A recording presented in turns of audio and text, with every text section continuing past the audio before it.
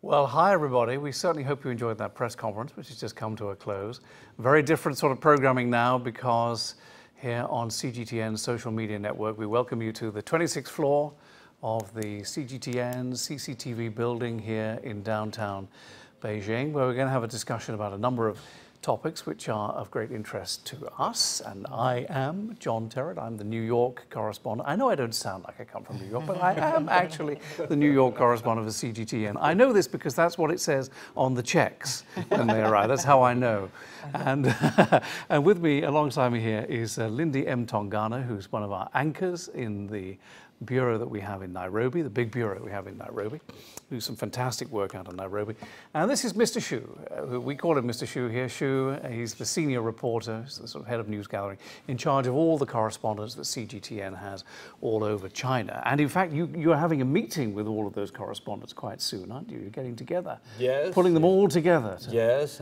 Sort them out. Yes. Anyway, we're going to discuss a number of different topics, but Monday on CGTN is a day in which the channel is devoting to how China impacts people around the world. And all of us have been, during the course of this weekend, talking to people who live here in Beijing, really to find out why they live in Beijing when actually they don't come from here. So they could live in America or, somewhere in Africa, and in this case, we'll find out where in a second, or India, I know, in the case of one of Mr. Xu's interviewees, or indeed Malaysia for that matter. Yes. So why do they choose to live here in Beijing? And why don't we start with you? Because you've been meeting a comedian, haven't you? But I've forgotten which country he comes from. He's from Cameroon. Cameroon. His name is Francis Chege. Very interesting man. He came to China in 2003. He, in fact, had a PhD in mathematics and was going to do postdoc studies or doctoral studies in aeronautics. But somehow life just had a different plan for him. And he found himself falling in love with the language, the culture, and he actually invested heavily in learning how to speak Chinese very fluently. And also just became so, so kind of immersed in cultural traditions, and particularly artistic styles of performance, that he trained in them and practiced in them. And now he does things like crosstalk, he does things like face changing, and he's actually quite known. Crosstalk in Chinese? Yeah, in Chinese. That's very difficult. Not every Chinese can do that. No, well, he was telling us about how there were certain people that could offer this type of training, like certain masters of crosstalk, and that it was very, very difficult for him to get into the training. In fact, he was rejected a number of times, and only eventually, after just showing such persistence and such commitment, did a crosstalk master take him on and teach him everything he knows. Can I expose my terrible ignorance? I don't know what crosstalk is. What is it? I think Mr. Xu would probably best describe it for us. It's just like actually, on the American TVs, people tell jokes only by himself. Standing, it's a comedian. But in China, we have two people standing at the same time on the stage and have a crosstalk. They have a conversation, telling a lot of jokes. Oh, I see. We would call that a double act. A double act. A double act. Yes, a double act. Exactly.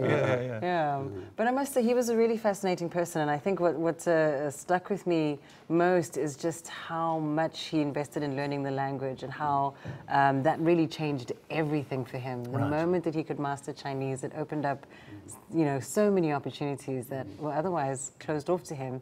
And now, 14 years later, he has a family, he's settled, and China's his second home. Great, great. Oh, I did another story today, and I had to talk with two people. The one is from Malaysia, as you said, the other one is a businessman from India. Right.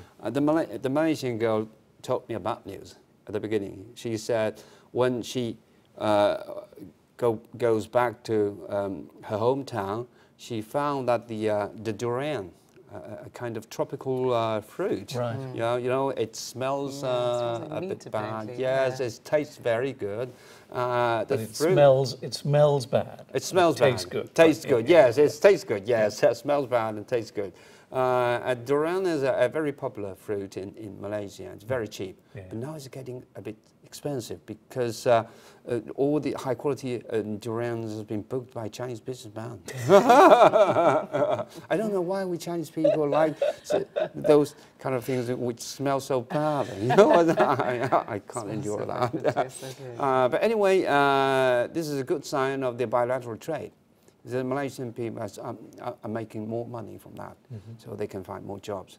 So it's... And didn't your Indian guest teach you a thing or two that you didn't, despite being Chinese, or didn't know? Yes, I feel so ashamed when I have a talk with an Indian friend. He said, first of all, he said that, yes, we Indian people we have a lot to learn from our Chinese friend. And vice versa, I know that we also have a lot of things to learn from India. He said, Indian is conducting it's a Make in India. It's a Made in India a strategy initiated by the Premier. But he said that the policies of promoting manufacturing industries and the infrastructure industries in China has been setting up a good example for India. Actually, even though the two countries are experiencing a very special relations at the moment, because especially previously they had difficulties over an issue, didn't they? And they overcame them before the BRICS summit. Yes. But anyway, we know that he has a lot of Indian friends who have been working and living in China for a long time, because they have found huge opportunities here. And this businessman told me that he knows so many people. He had so many connections among his Chinese friends that he told me, if I want to buy furniture from Guangdong, which is a very famous province for manufacturing, for the furniture manufacturing, he said he can find me a special place where I can have at least a 50% discount. And you didn't know that before. I didn't know that. So I feel so ashamed being a Chinese, and I immediately passed that good news to my wife. Well, my guest was a woman called Jessica Law, and she's American, but she came to Beijing about 7 years ago now, 2010, and she, like your guest, absolutely fell in love with the place, just loved the language and loved the culture and everything. And she eventually married her husband here. And I don't think I'm giving away too many secrets when I say Jess is very tall. She's very tall. But her husband is even taller than she is, because he's a basketball player. And he works in the basketball industry here, which is, very popular in China. Chinese people love their NBA, don't they? Yes, exactly. Yes. The young people knows the NBA stars very much. Well, he works in that industry. But she works for China Radio International, which is a huge radio station, broadcasts on shortwave and here in Beijing on FM and on AM. And she handles the publicity, what do you call it, online publicity. There's a whole new career now where you can be a publicist, but you just deal with it online. And she does that.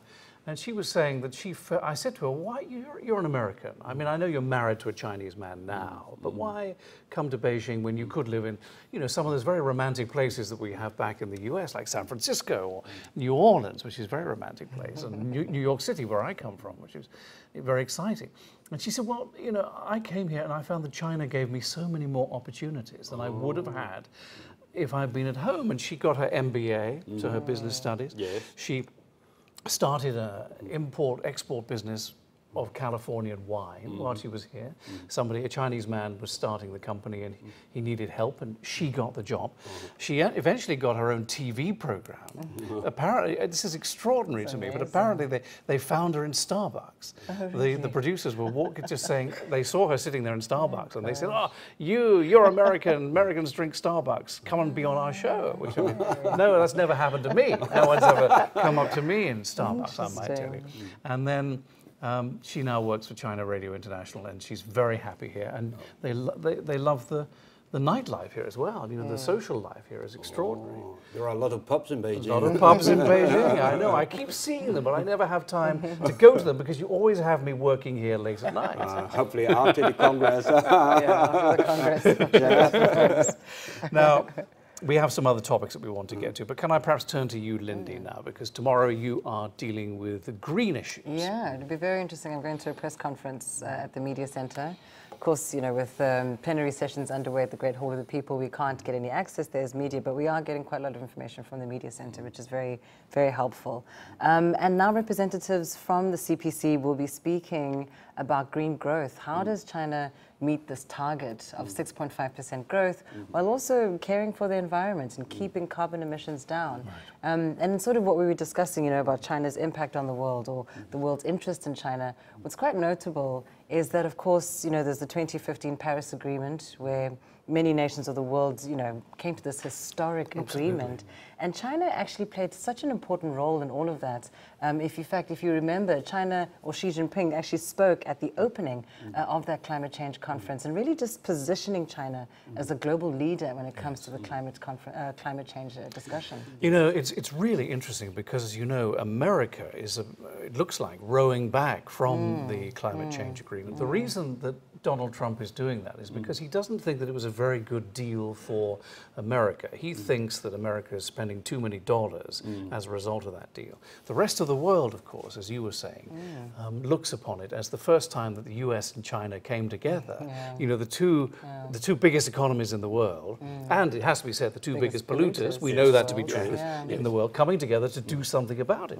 And now, the US, if it happens, and it looks like it is going to happen, is going to move away from the Paris Accord, leaving the way open for China and India, I think, to really take the lead in this issue, really take the lead. Yeah. I mean, does it feel like that China is taking the lead on these issues? It certainly seems that way on the global stage, but here in China, is that conversation relevant? Is it important to the average Chinese? Yes, of course. You know, environment protection, in my, about 20 or 30 years ago, when I was young, it was a fashionable word. So we just know that our environment protection, okay, good, that's very fashionable. But now, you know, it has been a very usual, popular concept in the young generation's mind. I know, yes. And the General Secretary's report, you know, there is a new saying, which is very important. The current contradictions in this society is between the people's demand for a better life and the imbalanced development. So, which means that the government and the people have fully realized that it is critically important to have a clean environment so that you can step further, you can go further. Otherwise, you will have to stop here. Well, that's right. And the glaciers in northern China are melting, and they're going to be gone in 50 years if we don't turn this around. So it's very serious indeed. The topic that, because you're going tomorrow to the but you've already been to I've already been to to a press conference. You've already been. Yeah, yesterday you were in that conference. I was, and because there's a big media center in Beijing which has been set up where we all go. And my topic was what they call STI, which is, if I am correct about this, and I am in fact correct about this, is science, technology and innovation. And it's really interesting because the Vice Minister was there, and there were the Vice Minister of Science. Vice Minister in charge of innovation and science was there, and there were, I think, 4 other speakers there. And it was all about how China can position itself to be much more innovative in the future. And again, this flows from President Xi or General Secretary Xi's speech at the beginning on the opening session day, because China has a number of issues facing it. It has an aging workforce. GDP is good, but it's down. It needs to be better. It was 12% 10 years ago. Now it's 6.8%. And the slight overcapacity in some of the wrong places. It needs to become more of a consumer economy here than it has been in the past, which is mainly an export economy. And the way to do that is innovation. That's the only way out, really. And so Xi Jinping put a great emphasis on that. And this press conference was all about that. And they spent 90 minutes talking about it. Well, did you have a chance to ask questions? I did get to ask a question. I was very proud of that. I know. It was a great honor to be called. And the Vice Minister answered my question. Answered it. And my question was, lots of people, among the questions there was a question about apparently one of the panelists had won an award for his work with LEDs, lighting. Yeah. So there was a question about LEDs. Yes. There was a question about improving the environment for innovation within China.